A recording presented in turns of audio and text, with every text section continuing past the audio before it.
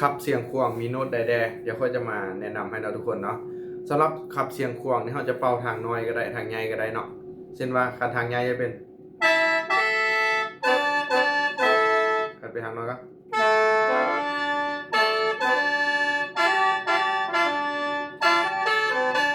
แต่ว่าเราจะมาแนะนำทางใหญ่ก่อนเนาะทางใหญ่จะมีโน้ตนี้เนาะทุกคนเนาะแนะนำให้ติดสร้อยเบื้องขวาพร้อมเนาะมันจะได้เสียงกลางวานเนาะเสียงแหงๆเนาะแต่ละแมนมีซอนลาเนาะมีซอนลาเนาะหรือว่าจะเฮ็ดมีลาเลยก็ได้เนาะคันผู้ใดมือบ่ไหวเนาะสิก็ได้แต่ว่าคัน มือไหวก็ต้องเฮ็ดมีซอนลาเนาะทุกคนมันจะเป็นตื้อนะนะมีซอนลาตื้อแล้วมันโดเลเนาะโดเลลาเนาะ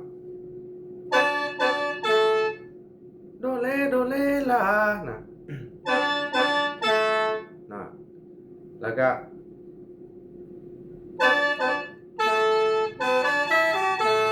ตัวนี้แล้วแม่นโดเลมีซอนลาเลยเนาะ ไปตามสเกลเลยโดเลมีซอนลาตื้อแล้วแม่นซอนมีเนาะซอนมีลาซอนมีลา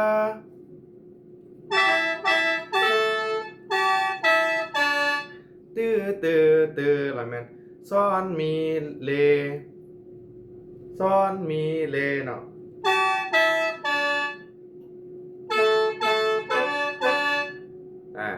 ลาโดเลเนาะแล้วก็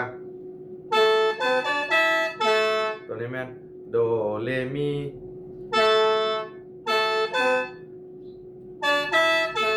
ลาโดเลมีลาเนาะลาโดเลมีลาคันเท่าเป้าความเมื่อเลยนะก็เป็นอันนี้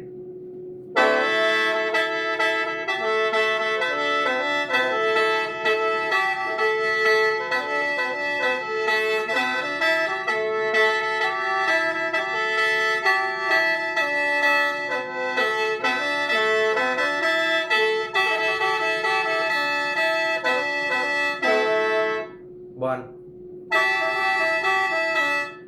มีบอลนี้มันซ่อนมีเนาะเห็นตัวนี้เอาก็ได้น้องง่ายๆซ่อนมีเล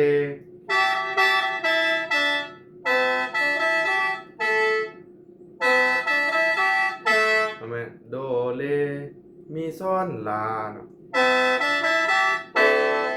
ตอนเขาลำไปก็เป่าไปเลยนะทุกคน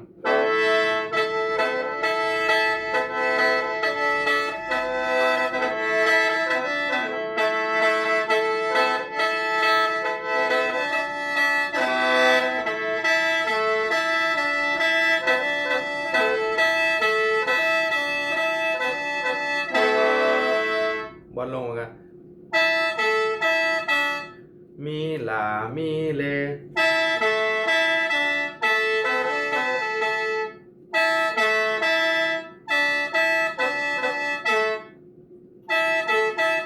มีเลมีโดเลลานะก็จบประมาณนั้นแหละขับเสียงขวางนะทุกคนเนาะก็ลองไปเป่าเบิ่งเนาะ